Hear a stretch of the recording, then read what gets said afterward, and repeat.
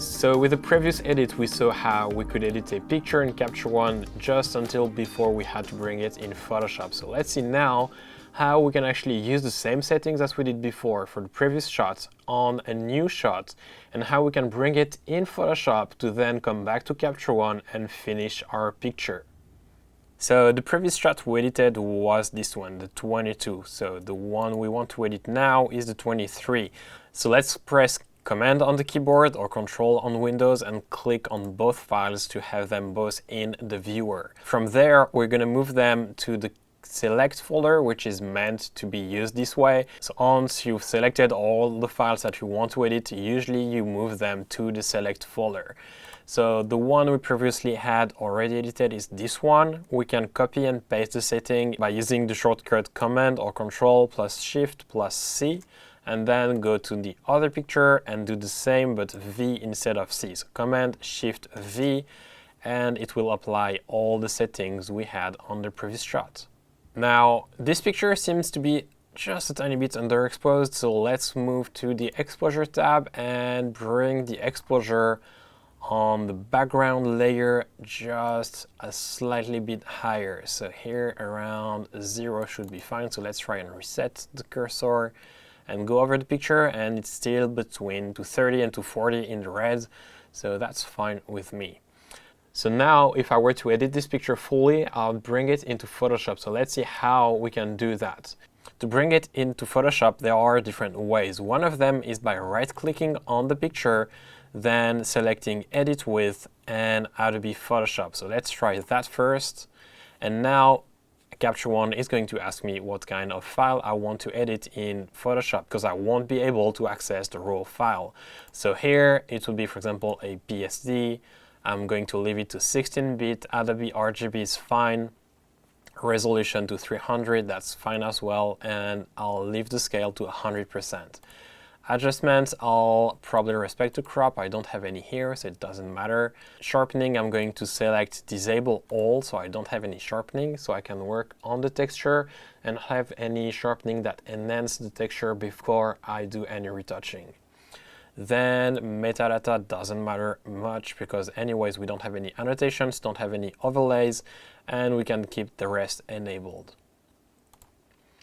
So that would be one way, and the other one would be to go through process recipes. That's especially interesting if you've got different files. In this case, we've got only one file, so let's finish with this method. So let's click on Edit Variants, and it will open up the file in Photoshop for us.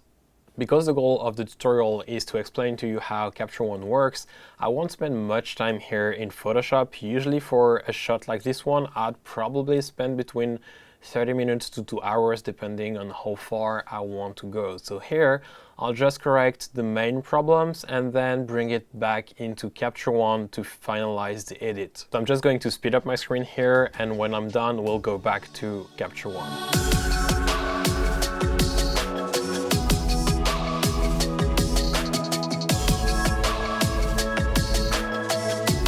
We are now done editing the picture, and we're going to bring it back into Capture One. To do so, simply close Photoshop, save the PSD file, and then you'll find it back into Capture One.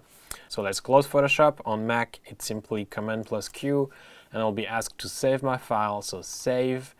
I'll keep the maximize compatibility on so that I can work with my file in Capture One with no problem.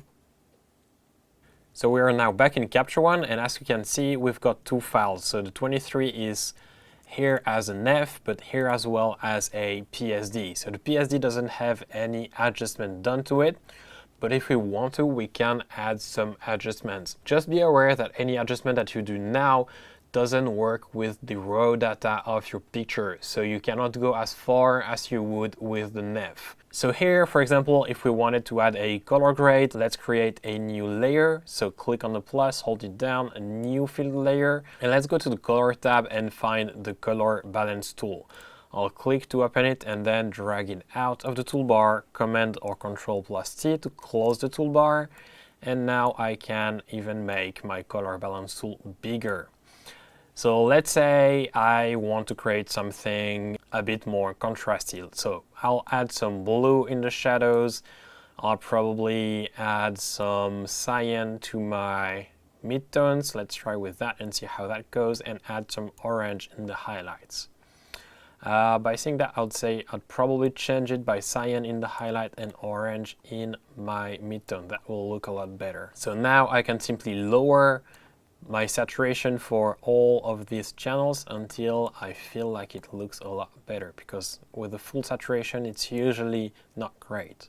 So that's before and after the color balance. If you don't like how it's adding cyan and blue to the highlights or the whiter part of the picture, just be sure to either remove fully the saturation for the highlight or simply lower it a tiny bit.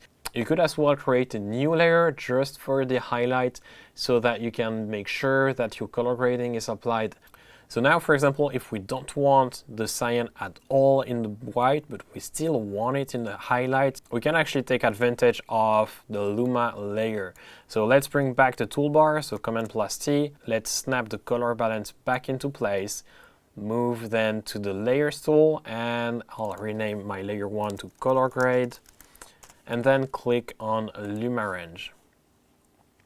Now here, if I want to keep my color grading on the whole image but the white part, I'll simply drag the range from 20 for the black to 0, and then let's display the mask to make sure we don't get it on the background. As you can see now, with the settings that are already by default here, so 235 and 255 for the white, we've got our color grading over the whole picture but the background, which is perfect, so that the white will stay white but we still maintain the cyan, the highlight on her body.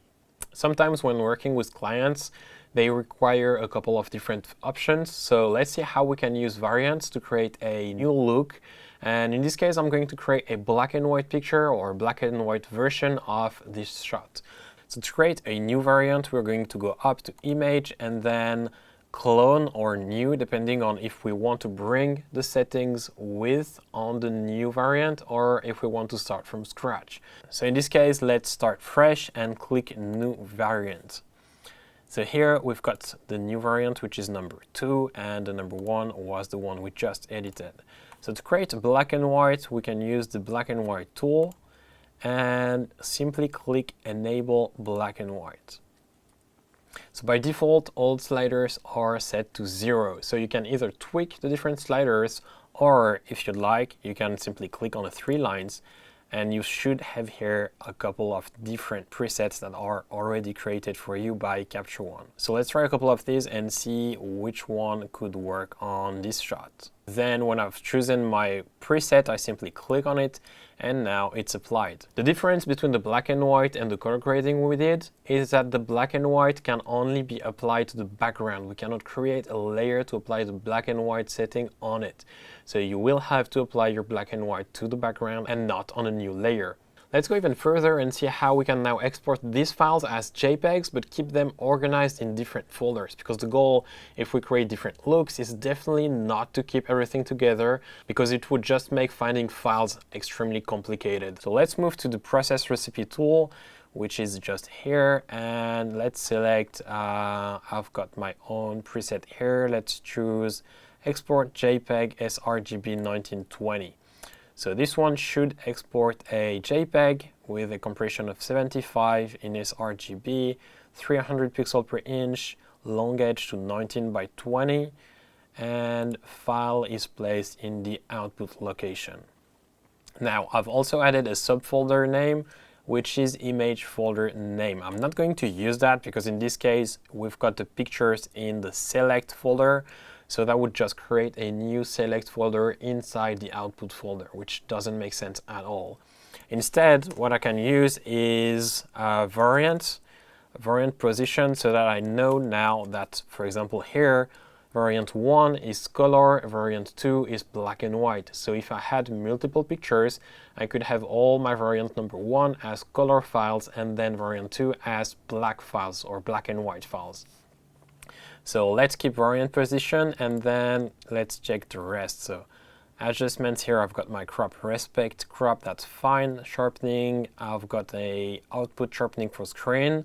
For now, let's just turn it off and set it to no output sharpening. Then the metadata, I'm gonna leave them as they are. I don't want rating and color tag in it. I want my copyright, I want the GPS as well. Camera is fine, all other as well. No watermark either, and we can now simply click on process. Just make sure you select both files though before you export, otherwise it just doesn't make sense to create a subfolder with the variant number. So here, click process. I do want to export all, so click all. It takes a bit of time to export, so let's in the meantime go back to the library tool, click on output and right click to show in library. So now in the output folder I still find the retouch PSD that I've created earlier in this tutorial, and I find 1 and 2, so 1 has my color file and 2 has my black and white file.